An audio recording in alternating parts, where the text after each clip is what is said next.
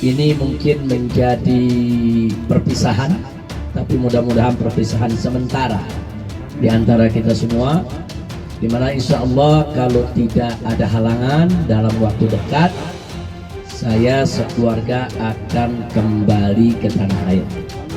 Insya Allah dalam waktu dekat ini, tidak lama lagi saya sekeluarga akan kembali ke Indonesia, akan pulang ke tanah air, dan akan kembali berjuang bersama umat Islam di kita punya negeri tercinta. Amin ya rabbal alamin.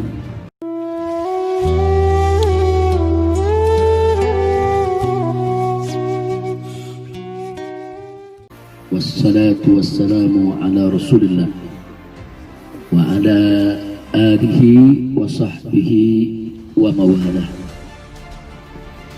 Ahiba'il kiram, usikum jami'an wa nafsi bi taqwallah. Sampaikan terima kasih, penghargaan yang tinggi untuk segenap ikhwan, baik ahbab kita yang datang dari kota suci Makkah maupun segenap ahbab kita yang tinggal di kota Taif ini. Terima kasih atas segala perhatian antum, kepedulian antum, kebersamaan antum semua. Yaitu selama saya dan keluarga tinggal di kota Makkah sudah 3,5 tahun lebih, hampir 4 tahun. Nah, mudah-mudahan kebersamaan kita selama ini bisa menjadi penyebab turunnya barakah, memperkuat ukhuwah di antara kita, sekaligus bisa menjadi motivasi untuk kita semua agar lebih semangat untuk membela Allah dan Rasulnya, membela agamanya, membela yang hak, menegakkan kebenaran, keadilan, insya Allah. Amin ya rabbal alamin.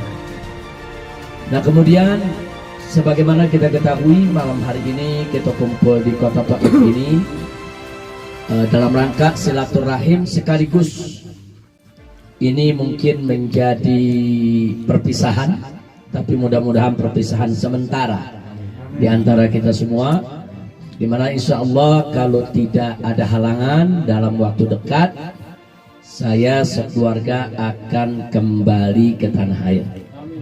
Insya Allah dalam waktu dekat ini, tidak lama lagi saya sekeluarga akan kembali ke Indonesia, akan pulang ke tanah air, dan akan kembali berjuang bersama umat Islam di kita punya negeri tercinta. Amin ya rabbal alamin. Karena walau bagaimanapun juga, Indonesia adalah negeri kita semua. Indonesia adalah tanah air kita. Dan kita semua sangat-sangat mencintai kita punya negeri. Nah, melihat kondisi kita punya negeri saat ini dalam kondisi yang sangat memprihatinkan. Nah, artinya kondisi yang sangat memprihatinkan, ya tentu membutuhkan kepedulian, yaitu dari setiap rakyatnya, dari setiap bangsanya, termasuk kepedulian, perhatian dari para habaib, para ulama, para tokoh, para aktivis, bagaimana supaya kita bisa saling bergandeng tangan, bahu membahu, menyelamatkan kita punya negeri dari keterpurukan. Karena saat ini kita punya negeri, sebagaimana kita ketahui, sedang ada pandemi wabah corona yang sampai hari ini penanganannya juga sangat-sangat tidak profesional. Semakin hari semakin tinggi, yaitu tingkat kurva kenaikan daripada wabah coronanya. Kemudian ditambah lagi dengan resesi ekonomi, bukan sekedar krisis, tapi kita sudah masuk yaitu ke periode ketahapan yaitu yang sangat berbahaya bagi kesejahteraan bangsa Indonesia. Dan yang paling parah lagi adalah kezaliman yang merajalela, di mana hukum dikangkangi, saudara, bahkan konstitusi sudah banyak dilanggar. Kemudian kita lihat juga dalam penegakan hukumnya, kita lihat dengan mata kepala kita sendiri, yaitu mengikuti syahwat, hawa nafsu, sehingga penegakan hukum suka-suka, dan ini tidak boleh dibiarkan. Sebab kalau penegakan hukum yang tidak adil dibiarkan, maka kita sebagai bangsa Indonesia kelak akan hancur bersama. Nauzubillah min dzalik. Sebagaimana Nabi alaihi salatu wassalam pernah mengingatkan para sahabatnya, saudara. Nah, ini soal penegakan keadilan. Tatkala Usama bin Zaid bin Harithah radhiyallahu taala anhu wa an jami'is sahabat, di mana tatkala beliau diutus oleh sekelompok yaitu dari para sahabat Nabi untuk mencoba menyampaikan kepada Nabi tentang akan dihukum potong tangannya seorang wanita dari Bani Makhzum, saudara, karena dianggap ini wanita terhormat, wanita dari Quraisy, wanita yang punya kedudukan yaitu dari gobilahnya atau asyirahnya kedudukan yang tinggi, sehingga ada keresahan kalau sampai wanita ini yang sudah terbukti mencuri akan dipotong tangannya. Ini menjadi satu beban bagi kaumnya yang dianggap sebagai kaum yang punya kedudukan yang terhormat, ya kawan. Nah, singkat cerita, apa yang dikatakan oleh Nabi alaihi salatu wasallam kepada Usama bin Zaid bin Harithah radhiyallahu taala anhu, yang Nabi katakan adalah, ya Usama, atasfa'u fi haddin min hududillah. Hei Usama, apakah engkau ini ingin memberikan pertolongan, ingin memberikan satu keringanan di dalam satu ketetapan hukum yang sudah diputuskan oleh Allah? Jadi ada satu ketetapan yang sudah Allah putuskan, yang sudah Allah tetapkan, kemudian tahu-tahu kau ini ingin minta dispensasi, meminta keringanan, meminta perubahan hukum, saudara. Lalu setelah itu yang paling menarik, Nabi memberikan kabar kepada Usama, dan ini untuk kita semua. Apa kata Nabi? Ketahuilah, innama halaka man kana qablakum. Sesungguhnya umat sebelum kamu dulu dibinasakan oleh Allah gara-gara perkara seperti ini. Perkara yang bagaimana, saudara? Perkara yaitu jika ada orang yang dianggap terhormat, idza taraka fihimus syari'. Jadi kalau ada orang yang dianggap terhormat, dianggap mulia, kemudian mereka mencuri, tarakuh, dibiarkan, tidak dihukum. Wa idza taraka fihimud dhaif. Tapi kalau ada orang lemah, wong cilik, rakyat kecil, saudara, yang mencuri, yuqamu alaihil had. Baru ditegakkan hukum, baru dihukum dengan berat. Jadi Nabi kasih tahu kepada Usama, perilaku seperti ini, meminta dispensasi, meminta keringanan hukum, meminta pembebasan hukum, saudara, bagi orang-orang tertentu yang dianggap mulia, dianggap terhormat, ini bisa mendatangkan bala, musibah dari Allah. Na'udzubillah min dzalik. Jadi hukum itu buat semua. Hukum itu nggak boleh pilih bulu, hukum itu nggak boleh dipilah-pilah. Hukum itu, saudara, justice for all. Hukum itu yang namanya keadilan itu untuk semua, al-adlul jami'. Keadilan itu untuk semua orang. Bahkan keadilan itu bukan hanya untuk orang Islam saja. Orang kafir sekalipun harus diperlakukan dengan adil, ya kawan. Ini indahnya Islam. Jadi nggak bisa hukum itu dipilih-pilih, dipilah-pilah. Oh, yang ini dekat dengan rezim, jangan dihukum. Oh, yang ini jauh dengan rezim, ini harus dihukum. Nggak boleh. Nah, akhirnya setelah Nabi mengatakan sedemikian rupa, Nabi bersumpah, saudara, waimullah, kata Nabi, demi Allah, kata Nabi, demi Allah, waimullah, kata Nabi, jika putriku Fatimah binti Muhammadin sarakat, andai kata aku punya putri Fatimah, jantung hatiku, kekasihku, kecintaanku, perempuan yang paling mulia. Siapa perempuan yang lebih mulia dari Sayyidatuna Fatimah yang Nabi katakan Sayyidatun Nisa'il Alamin, pemimpin perempuan semesta alam?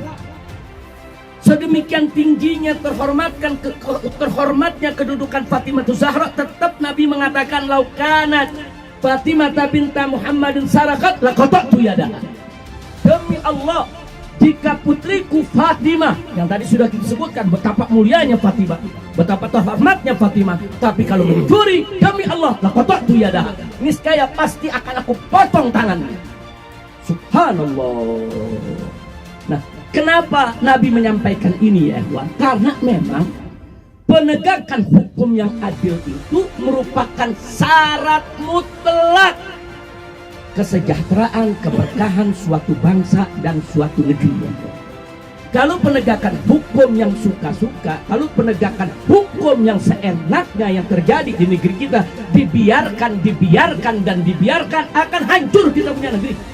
Nabi udah kasih tahu innama halaka man kana qablakum. Yang hancur bukan rezimnya saja, yang hancur bukan orang-orang jahatnya saja, yang hancur bukan mereka yang korup saja, yang hancur bukan mereka yang zalim saja. Satu negeri akan Allah hancurkan. Na'udzubillah min dzalik. Dan ini nggak boleh terjadi. Nah pertanyaannya, apakah ini bisa kita cegah? Bisa ya ikhwan. Siapa bilang kita nggak bisa cegah? Loh, caranya bagaimana supaya untuk mencegah ini? Ya kita tegakkan keadilan. Kita paksa siapapun pejabat di negeri kita wajib untuk menegakkan keadilan. Jadi keadilan ini harga mati yang tidak bisa ditawar. Siapapun warga negara Indonesia, apapun agamanya, apapun sukunya, dari golongan manapun dia, sukakah kita dengan dia atau kita tidak suka, wajib diperlakukan dengan adil. Jadi krisis keadilan di kita punya negeri ini sangat berbahaya sekali, sudah mencapai titik nadir dan ini tidak boleh lagi dibiarkan. Nah itulah sebabnya saya dengan keluarga memutuskan wajib untuk pulang.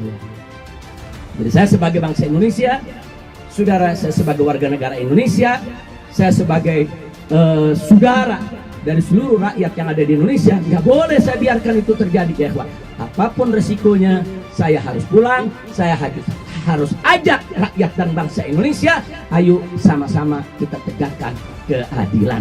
Ayo sama-sama kita revolusi akhlak. Revolusi akhlak ini penting saudara. Dan pahlawan revolusi akhlak sedunia adalah Nabi Muhammad SAW. Nabi yang menyampaikan. Beliau sampaikan dalam hadisnya, innama bu'ithtu liutammima makarimal akhlak. Sesungguhnya aku ini diutus hanya innama adatun min adawatil hasab. Sesungguhnya aku ini diutus oleh Allah hanya untuk menyempurnakan kemuliaan-kemuliaan akhlak. Dan Nabi sudah membuktikan bagaimana beliau sukses, jaya, berhasil menjalankan visi dan misi kenabiannya saudara. Karena visi dan misi kenabian yang dibawa oleh Nabi Yuna Muhammad SAW adalah revolusi akhlak. Bagaimana masyarakat jahiliyah saudara dihijrahkan menjadi masyarakat yang beradab, berbudaya, berakhlakul karimah. Bagaimana Nabi berhasil menjalankan misinya, membawa masyarakat jahiliyah minadz zulumati ilan nur. Ini namanya revolusi akhlak ya ikhwan. Masyarakat jahiliyah yang tadinya saudara menghalalkan segala macam kemunkaran, menghalalkan minuman keras, menghalalkan judi, menghalalkan perzinahan, menghalalkan segala macam kebejatan. Dengan diutusnya Nabi menyempurnakan semua akhlak yang ada ya ikhwan. Mereka dihijrahkan dari akhlak yang tidak baik menjadi akhlak yang baik, dari akhlak yang sudah baik menjadi akhlak yang lebih baik. Ini yang wajib kita lakukan ya ikhwan. Nah karena itu sekali lagi kepulangan kita ini tidak lain dan tidak bukan bahwa kami, saya dan kawan-kawan, saya tidak berjuang sendiri ya ikhwan. Nah ingin membangkitkan kembali semangat rakyat dan bangsa Indonesia di dalam menegakkan keadilan dan melawan segala kezaliman. Kita tidak mau binasa tenggelam bersama orang-orang zalim. Kita tidak mau binasa tenggelam dengan orang-orang yang selama ini memperlakukan masyarakat Indonesia dengan tidak adil ya ikhwan. Dengan menegakkan keadilan, insya Allah kita akan jauh dari bala, akan jauh dari musibah, akan jauh dari segala bencana. Amin ya rabbal alamin. Kita ajak semua masyarakat tanpa pandang bulu siapapun dia. Saudara, ayo mari. Dari yang tidak mengenal Allah kita ajak agar mereka mengenal Allah. Dari yang tadinya berbuat tidak baik kita ajak supaya mereka bisa berbuat baik. Dari yang tadinya suka korupsi kita ajak supaya mereka tidak korupsi lagi. Dari yang tadinya zalim kita ajak supaya mereka tidak zalim lagi. Ini yang disebut revolusi akhlak ya kawan. Dan ini menjadi satu keniscayaan. Artinya keniscayaan dalam kondisi kita punya negeri, saudara, di mana ketidakadilan merajalela, di mana yang namanya kezaliman merajalela, tidak ada pilihan lain untuk menghadapi itu semua kecuali dengan revolusi akhlak. Nah, karena itu doakan, insya Allah dalam waktu dekat saya akan kembali dengan keluarga semua, dan kami akan bergabung kembali dengan seluruh rakyat dan bangsa Indonesia, yaitu untuk melanjutkan perjuangan. Kezaliman ini tidak boleh dibiarkan, ketidakadilan ini tidak boleh dibiarkan, dan semoga Allah Subhanahu wa taala memberikan kemenangan kepada segenap para ulama dan umat Islam di Indonesia. Amin ya rabbal alamin. Nah, sebelum saya akhiri, saya ingatkan, yakinlah, percayalah dengan janji Allah Subhanahu wa taala. Allah memerintahkan kita untuk membela agamanya. Allah nyatakan dalam Al-Qur'anul Karim, faqala ta'ala, ya ayyuhalladzina amanu kunu ansarallah. Hei orang-orang yang beriman, jadilah kamu sekalian sebagai penolong-penolong Allah. Apa yang dimaksud penolong Allah? Padahal Allah tidak butuh ditolong. Apa yang dimaksud pembela Allah? Padahal Allah tidak butuh dibela. Jadi kalau Allah memerintahkan kita, jadilah kamu pembela Allah, jadilah kamu penolong Allah, artinya kita diminta untuk menjadi pembela ajarannya, pembela hukumnya, pembela aturannya, saudara, pembela syariatnya, agar bisa ditegakkan di bumi Allah. Jadi nggak betul kalau ada mengatakan Allah nggak perlu dibela, Allah nggak perlu ditolong, saudara, dengan maksud supaya kita tidak berjuang, tidak membela agama Allah. Tidak betul. Itu namanya kalimat haqqin yuradu bihi batil, saudara. Nah, yang betul, saudara, betul memang Allah tidak butuh dibela, tapi kok Allah suruh kita membela? Ini kan menarik. Allah nggak butuh dibela, Allah nggak butuh ditolong, tapi Allah perintahkan orang yang beriman, ya ayyuhalladzina amanu, hei orang-orang beriman. Ini perintah Allah. Kunu, jadilah kamu sekalian ansarullah, penolong-penolong Allah. Nah, jadi kalau kita dikatakan nggak boleh bela Allah, nggak perlu nolong Allah, Allah nggak butuh ditolong, Allah nggak butuh dibela, lalu posisi ayat ini di mana? Maka itu, saudara, Ahlus Sunnah wal Jamaah sepakat, ya Allah tidak butuh ditolong, Allah tidak butuh dibela, itu merupakan akidah kita semua.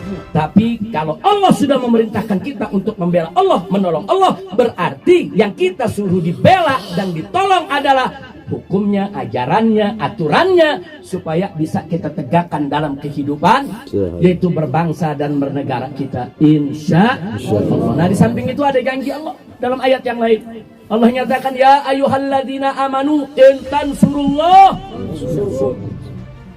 Hei orang-orang yang beriman, jika kamu sekalian betul-betul sungguh-sungguh membela Allah, memenangkan Allah, yansurkum, niscaya Allah pasti akan memenangkan kamu sekalian. Ini janji Allah, ya.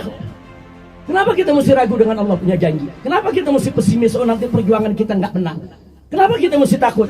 Oh musuh begitu besar, oh musuh begitu kuat, oh musuh punya segala macam kekuatan ekonomi, kekuatan politik, kekuatan persenjataan. Kenapa kita mesti takut itu semua, ya kawan?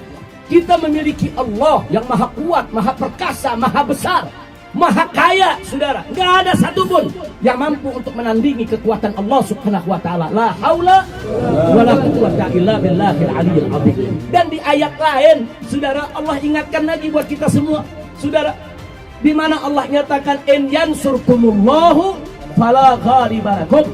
Jika Allah sudah memenangkan kamu, membela kamu, fala ghaliba lakum, tidak ada satupun yang bisa mengalahkan kamu. Subhanallah. Nah, ini keyakinan yang mesti kita bangun, ya Pak. Jadi jangan kalau berjuang tuh merasa minder, takut, saudara, melihat kekuatan musuh ini belakangnya begitu besar. Jangan.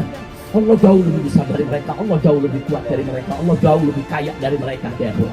Nah, karena itu tidak usah khawatir. Insya Allah kepulangan ini, yang penting kita ikhlaskan niat semua, bahwa kepulangan ini memang untuk mencari ridha Allah Subhanahu wa taala. Mudah-mudahan Allah akan selalu bersama kita. Dan saya minta apa yang tadi disampaikan oleh Tuan Guru Mahfuz, begitu juga Tuan Guru Mawardi, saudara, begitu juga tadi ada Ustaz Faiz dan lain sebagainya. Jangan lupa antum-antum yang ada di Taif ini, yang ada di Mekah, selalu mendoakan kami, mendoakan saya dengan keluarga, dengan kawan-kawan, dengan para ulama, para kiai, dan umat yang sedang berjuang di Indonesia. Nah, dengan kekuatan doa-doa antum semua, saudara, insya Allah perjuangan kami akan lebih lancar, lebih mudah, lebih berkah. Karena jangan lupa saudara, doa mukhul ibadah. Doa itu adalah otaknya ibadah, sumsumnya ibadah. Nggak sampai di situ. Doa silaturahmi. Doa itu adalah senjatanya orang yang beriman. Bisa jadi antum-antum yang ada di Mekah, antum-antum yang ada di Taif, bisa jadi justru doa-doa antum itulah yang selama ini membuat para pejuang-pejuang Islam di Indonesia menang. Sudah bisa jadi. Jadi jangan berpikir yang bisa mengetuk pintu kemenangan itu hanya mereka yang berjuang di lapangan. Kadang-kadang mereka yang berdoa, mereka yang munajat di tengah malam, mereka yang sholat tahajud, menangis di hadapan Allah, mohon ya Allah, bela saudara-saudara kami yang sedang berjuang di Indonesia. Dia berhasil mengetuk pintu rahmat Allah tercurahkan, Allah berikan keberkahan daripada perjuangan saudara-saudara kita yang ada di Indonesia. Nah karena itu saudara, jadi jangan sekali-kali merasa bahwa bantuan doa itu adalah bantuan yang paling kecil. Nggak betul itu. Kadang-kadang ada orang merasa ya saya cuma bisa bantu doa doang. Enggak, doa itu bantuan besar ya ikhwan. Doa itu bantuan besar. Jadi jangan menganggap doa itu bantuan kecil. Justru jangan-jangan doa yang bersangkutanlah yang berhasil mengetuk pintu rahmat Allah. Berkali-kali para pejuang berjuang nggak menang, berjuang belum menang, berjuang belum menang, berjuang jatuh lagi, berjuang gagal lagi ya ikhwan. Begitu ada satu hamba Allah, begitu dia berdoa, terketuk pintu rahmat Allah, Allah terima doanya ya ikhwan, Allah berikan kemenangan kepada semua pejuang. Jadi semua posisi sama-sama bagus, sama-sama tinggi, sama-sama mulia. Nah karena itu sekali lagi, apalagi yang ada di kota suci Mekah, yang ada di dekat Ka'bah ya ikhwan, yang ada dekat Masjidil Haram ya ikhwan, doakan akan perjuangan ini. Insya Allah Allah akan berikan kita kemenangan. Amin ya Rabbal. Amin ya Rabbal alamin. Jadi sekali lagi sebelum saya akhiri, sekali lagi kalau ketidakadilan dibiarkan, sebagaimana Nabi sudah katakan tadi, innama halaka man kana qablakum, sesungguhnya kata Nabi, umat sebelum kamu dulu binasa gara-gara apa? Nah gara-gara tadi idza saraqa fihimus syarif, kalau ada orang yang dianggap terhormat mencuri di tengah mereka, tarabuhu, dibiarin, nggak dihukum. Ini kan yang terjadi di Indonesia saat ini begitu ya. Wa idza saraqa fihimud dhaif, tapi kalau orang lemah, saudara, baru dihukum. Sekarang di Indonesia begitu. Jadi kalau ada orang mendukung rezim, memuji-muji rezim ya ikhwan, sebesar apapun dosanya dilindungi. Nggak peduli dia menghina Allah, dia menghina Rasul, dia menghina ulama, dia menghina habaib, dia menghina Islam, dilindungi hanya karena dia menjilat kepada rezimnya. Ini fakta, bukan fitnah, ini bukan hoax, bukan, ini fakta. Ini sudah menjadi rahasia umum. Tapi manakala ada orang yang tidak menjilat rezim, manakala ada orang yang kritis untuk mengkritisi kebijakan rezim yang merugikan rakyat, saudara, apa yang terjadi? Langsung ditangkap walaupun tidak ada salah, harus disalahkan. Ini hukum macam apa? Dan ini dipertontonkan secara telanjang kepada masyarakat, dipertontonkan secara telanjang. Lalu begitu dipertontonkan secara telanjang, kita harus diam. Kalau kita diam, kita akan ikut binasa bersama mereka. Na'udzubillah min dzalik. Maka itu saya pikir udah waktunya saya harus segera pulang. Sebetulnya saya mau pulang bukan baru sekarang ya, Pak. Kita sudah dari 3 tahun yang lalu mau pulang, cuman dihalangi sampai dicekal dan lain sebagainya. Ada gerakan politik, ada gerakan intelijen yang menghalang-halangi saya pulang, sehingga sampai tertunda 3,5 tahun saya tidak pulang. Nah alhamdulillah hari ini kita mendapat kesempatan, mudah-mudahan tidak ada yang menghalangi lagi, atau kalaupun ada yang menghalangi mudah-mudahan gagal upaya mereka untuk menghalangi. Insya Allah dalam waktu dekat nanti akan saya umumkan kapan kita akan pulang. Kita sedang menyelesaikan segala administrasi keimigrasiannya. Insya Allah dalam waktu dekat kita akan pulang dan kita akan kembali berjuang. Kita pulang bukan untuk berontak, kita pulang bukan untuk bikin gaduh, kita pulang bukan untuk perang, bukan. Kita pulang untuk memperbaiki nasib negeri kita, saudara. Jangan lupa, innallaha la yughayyiru ma biqaumin hatta yughayyiru ma bi anfusihim. Allah tidak akan merubah nasib satu kaum, nasib satu bangsa, kalau bangsa itu sendiri tidak berupaya untuk merubah apa yang ada dalam diri mereka. Jadi kita pulang mengajak seluruh rakyat, seluruh bangsa, ayo kita evaluasi. Kenapa sih kok kita bisa mendapatkan musibah seperti ini nih? Ada apa? Kenapa sih musibah datang bertubi-tubi? Apa sih yang kita lakukan? Apa sih kesalahan kita kepada Allah? Kenapa sih perjuangan kita ini terus tersendat, terus perjuangan ini mendapat halangan-halangan yang berat? Ada apa sih? Mungkin ada dosa-dosa yang kita kerjakan yang perlu kita perbaiki dulu ya ikhwan. Jadi kita revolusi akhlak mulai dari diri kita dulu ya ikhwan. Revolusi akhlak mulai dari diri kita, mulai dari keluarga kita, kemudian ke masyarakat kita, kemudian kepada seluruh bangsa dan negara kita ya ikhwan. Tidak ada jalan lain. Revolusi akhlak, insya Allah Indonesia akan menjadi Indonesia berkah. Takbir. Yang bisa saya sampaikan, mudah-mudahan manfaat untuk antum semua. Rekaman yang antum ambil hari ini bebas, antum mau sampaikan kemana aja silakan, karena ini terbuka. Ini merupakan bagian daripada perjuangan kita semua. Itu saja. Sekali lagi doakan dan doakan. Sekarang saya mau tanya semua yang ada di sini, tetap siap mendukung perjuangan? Siap. Siap mendoakan? Siap. Takbir. Allahu Akbar. Sallu ala Nabi. Allahu Akbar, Allahu Akbar, Allahu Akbar, walillahil hamd. Allahumma salli ala Sayyidina Muhammad wa ala ali Sayyidina Muhammad. Sekian yang bisa saya sampaikan, dan saya minta maaf kalau dalam pertemuan ini antum duduk di bawah, Anda dengan Habib Salim duduk di atas. Sebetulnya dari tadi Anda minta antum duduk di atas sebagian, karena barusan kita habis kena air di sini, agak dingin juga ini airnya. Nah, agak sedikit apa namanya, kena airnya agak sedikit menggigil, makanya dari tadi Anda duduk di pojok aja, duduk di pojok di atas biar agak hangat. Jadi tolong dimaklumi, bukan kita tidak sopan. Nah itu saja, terima kasih banyak. Jazakumullahu khairan jasa. Apa-apa yang saya sampaikan tadi ya ikhwan, mudah-mudahan menjadi manfaat buat kita semua. Dan kalau ada kesalahan-kesalahan, saya mohon ampun kepada Allah dan mohon dimaafkan dari semua yang ada di sini. Dan sekali lagi, kalau selama ini saya ada di Mekah ataupun di Taif, ada kesalahan yang saya lakukan kepada Anda semua, sengaja atau tidak sengaja, yang besar ataupun yang kecil, tolong dibukakan pintu maaf yang sebesar-besarnya. Sekian yang bisa saya sampaikan. Terima kasih banyak. Jazakumullahu khairal jaza. Hadani Allah wa iyyakum ila siratal mustaqim. Wassalamualaikum warahmatullahi wabarakatuh.